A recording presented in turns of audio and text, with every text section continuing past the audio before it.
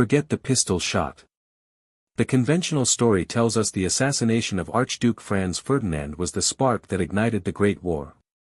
It's a clean, simple narrative: alliances tangled, treaties pulled, and the world collapsed. But that story is a lie. The truth is, the assassination was merely a spark hitting a mountain of highly flammable, secretly prepared fuses. For years, European elites had constructed a continent-wide tinderbox built on paranoia, financial incentive, and a fatal military doctrine. To understand the real cause of the war, we must look at the deep, structural secrets that guaranteed a total, catastrophic conflict. The first and most fatal secret was a shared, ideological delusion known as the cult of the offensive.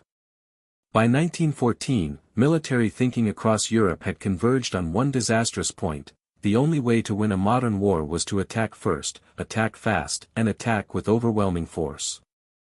Defense, military leaders agreed, was for cowards and losers. This belief meant that every single general staff officer in Europe was committed to an aggressive first strike. The logic was simple: delay meant defeat. This left absolutely no room for diplomatic maneuvering, de-escalation, or patient negotiation. This philosophy solidified into inflexible, all-or-nothing war plans. The most famous was Germany's Schlieffen Plan.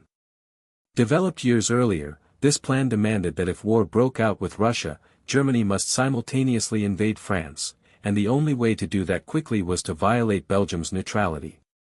The plan was a mechanical masterpiece built on railroad timetables. Once mobilization began, it could not be stopped. The civilian government could not tell the military to pause or de-escalate; the military would simply ignore them, citing the timetable of certain defeat if they waited a single day. France was no better. Their Plan 17 was simply a blind rush to invade the German provinces of Alsace-Lorraine. The assassination didn't start the war, it merely hit the "execute" button on a decade of catastrophic planning.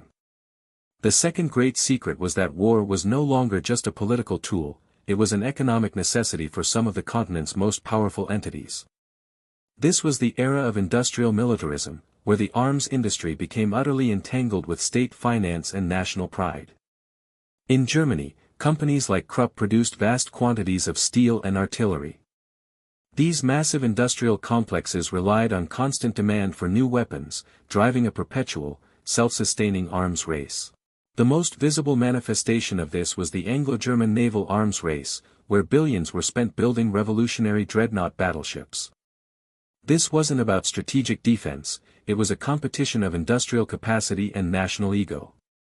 The key danger here was the vested interest. When war loomed in 1914, the executives and shareholders of these colossal arms firms, who were often close personal friends with high-ranking politicians and military figures, had a clear financial motivation to see the conflict happen. They had built the magnificent tools of destruction, and now, they needed to see them used, and replaced, to justify the incredible expense and keep the profit lines climbing.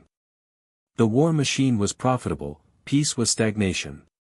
While Germany had the structural war plans, the nation that truly wanted a war was the decaying Austro-Hungarian Empire. Their secret was desperation.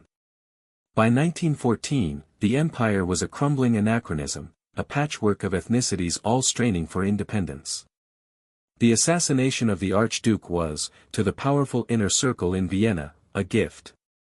Foreign Minister Count Leopold Berchtold and his allies saw the crisis as their last, best chance to assert control over the Balkans and crush the troublesome independence movement led by Serbia. This was not about justice for the Archduke, it was about the survival of the old Austrian state. They needed a war to prove they were still a great power. To execute this plan, Vienna needed a guarantee. They received it from Germany in what is now known as the blank check. Kaiser Wilhelm II and his chancellor essentially told Austria-Hungary, "Whatever you decide to do to Serbia, we will back you up fully." Vienna took the promise as license to craft an ultimatum to Serbia so harsh, so utterly humiliating, that it was designed to be rejected. They needed war, and they maneuvered relentlessly to make it happen, deliberately frustrating international efforts to mediate the crisis. When the Serbian response actually accepted most of the ultimatum's terms, Vienna was horrified. Berchtold lied to the public, insisting Serbia's response was insufficient, and immediately declared war, intentionally closing the door on the possibility of a local, contained conflict. They knew that declaring war on Serbia would trigger Russia's mobilization, which would activate Germany's Schlieffen Plan, guaranteeing a continental war. Vienna wanted war to save its empire, Berlin gave them the timetable to guarantee the world's destruction. Finally, we look at the psychological secret, the mindset of the ruling classes. Many elderly leaders secretly welcomed the idea of a conflict, viewing it as a moment of national cleansing, a glorious, swift war that would purge the decadence of modern society and restore discipline. Furthermore, Germany felt it had been denied its rightful place in the sun during the global colonial expansion. This sense of imperial fatigue and resentment, the feeling of having missed out on the world's spoils, festered among the ruling elite.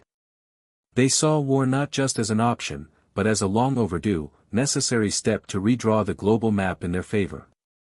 This toxic combination of ideological necessity and imperial resentment fueled the aggression that made the military timetables irresistible.